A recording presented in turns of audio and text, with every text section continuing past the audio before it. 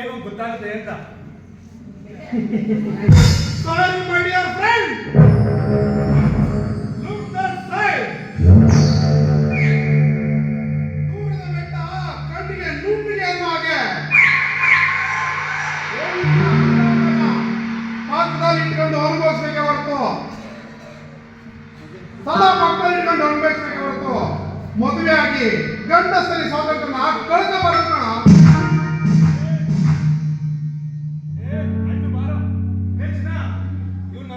ಉದ್ದೇಶ ಅಂತ ಈ ಊರಿನ ದೊಡ್ಡ ಡಾಕ್ಟರ್, ಅದು ಅಲ್ಲದೆ ಬಿಸ್ನೆಸ್ ಪಾರ್ಟ್ನರ್ ಕೂಡ. ಅಷ್ಟೇ ಅಲ್ಲ ಮೇಡಮ್, ನಾನು ನಿಮ್ಮ ಮನೆ ಫ್ಯಾಮಿಲಿ ಡಾಕ್ಟರ್ ಕೂಡ.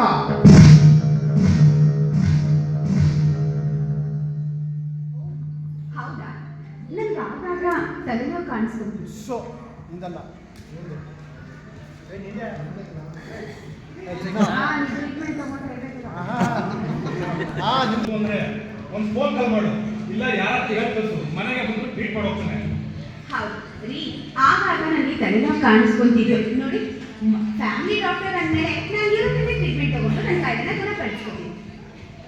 You don't worry madam. ಯಾವುದೇ ಒಂದು ಸಣ್ಣ ತಲೆನೋವು ಬಂದ್ರು ನನಗೆ ಒಂದು ಫೋನ್ ಮಾಡಿ ಏನ್ ಕಳಿಸಿ, ನಾನೇ ಬಂದು ನಿಮ್ ಸೇವೆ ಮಾಡೋಗ್ತೀನಿ. ಸೇವೆ ಮಾಡ್ತೀನಿ ನೆಪದಲ್ಲಿ ಬಿಲ್ ಶುದ್ಧ ಬರಿಬೇಡ, ಸ್ನೇಹಿತ ಬರಿಬೇಡ. ಏ ರುದ್ರೇಶ್, ಏನು ಅಂತ ಮಾತಾಡ್ತೀಯ? ನನ್ನ ನಿನ್ನ ದೇಹ ಎಲ್ಲಿಗೆ ಹೋಗೋಣ?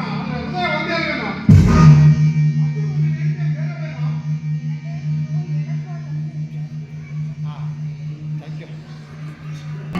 ಈ ನವದಂಪತಿಗಳಿಗೆ ನೀವೇ ಮಾರ್ಗದರ್ಶಕರು ನೋಡಿ. ಆಗಾಗ ಈ ಮನೆ ಕಡೆ ಬಂದು ಹೋಗ್ತಾ ಇರಿ. Thank you madam. ರುದ್ರೇಶ್, ನಿಜಕ್ಕೂ ನಾನು ಅದೃಷ್ಟವಂತ ಕಣ. ನನ್ನ ನಿನ್ನ ಸ್ನೇಹ ಆಗಿ 3 ವರ್ಷ ಆದ್ರೂ ನಿನ್ನ ನನ್ನ ಕ್ಯಾರೆಕ್ಟರೇ ಅರ್ಥ ಮಾಡ್ಕೊಂಡಿಲ್ಲ.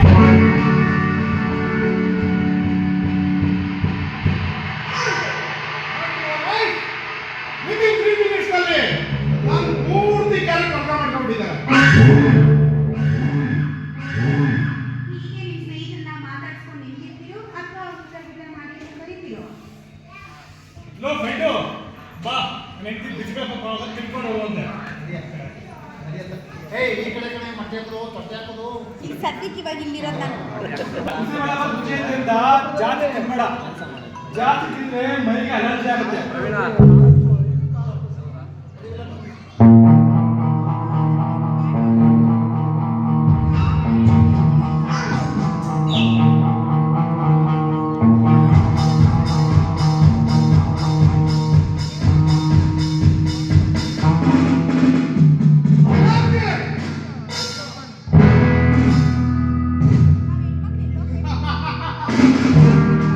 ಸೃಷ್ಟಿಯ ಪ್ರಕೃತಿಗೆ ಸಿಡಿಲು ಗುಡುಗುಗಳ ಆರ್ಭಟ ಹೇಗೋ ಹಾಗೆ ಈ ಉದ್ದೇಶಕ್ಕೆ ಜೀವನ ಏರುಪೇರುಗಳನ್ನು ಅನ್ಮೋಲ ಕಲ್ಲೋಲ ಮಾಡಿ ಅವುಗಳ ಮಧ್ಯೆ ಐಶ್ವರ್ಯವಾಗಿ ಜೀವನ ನಡೆಸುವುದೇ ಒಂದು ಥ್ರಿಲ್.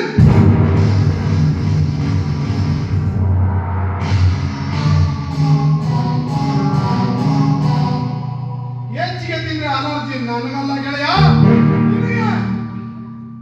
ಅಂತೂ ನಿನ್ನ ಆಸಾ ಸುಂದರಿ ರಾಜಶ್ರೀಯನ್ನ ನೀವೇ ಪರಿಚಯ ಮಾಡಿಕೊಟ್ಟೆ.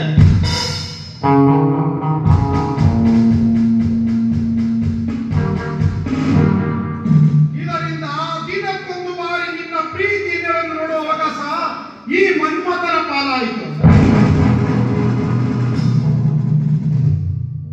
ಆದಷ್ಟು ಬೇಗ ನಿನ್ನ ಗೂಡಿನಲ್ಲಿರುವ ಅಕ್ಕಿಯನ್ನು ನನ್ನ ಬಾಳ ಪಂಜರದಲ್ಲಿ ಬಂಧಿಸಿ ನನ್ನ ಕೈ ಸಾಲಕ್ಕೆ ಕುಡಿಯಂತೆ ಮಾಡಿಕೊಳ್ಳುತ್ತೇನೆ. ಆಗ ನೀನು ನೋಡುವೆ, ಇಡೀ ಜಗತ್ತು ನೋಡುವುದು ಈ ಉದ್ದೇಶದ ಕೈ ಜಲಕದ ಚಮತ್ಕಾರವನ್ನ.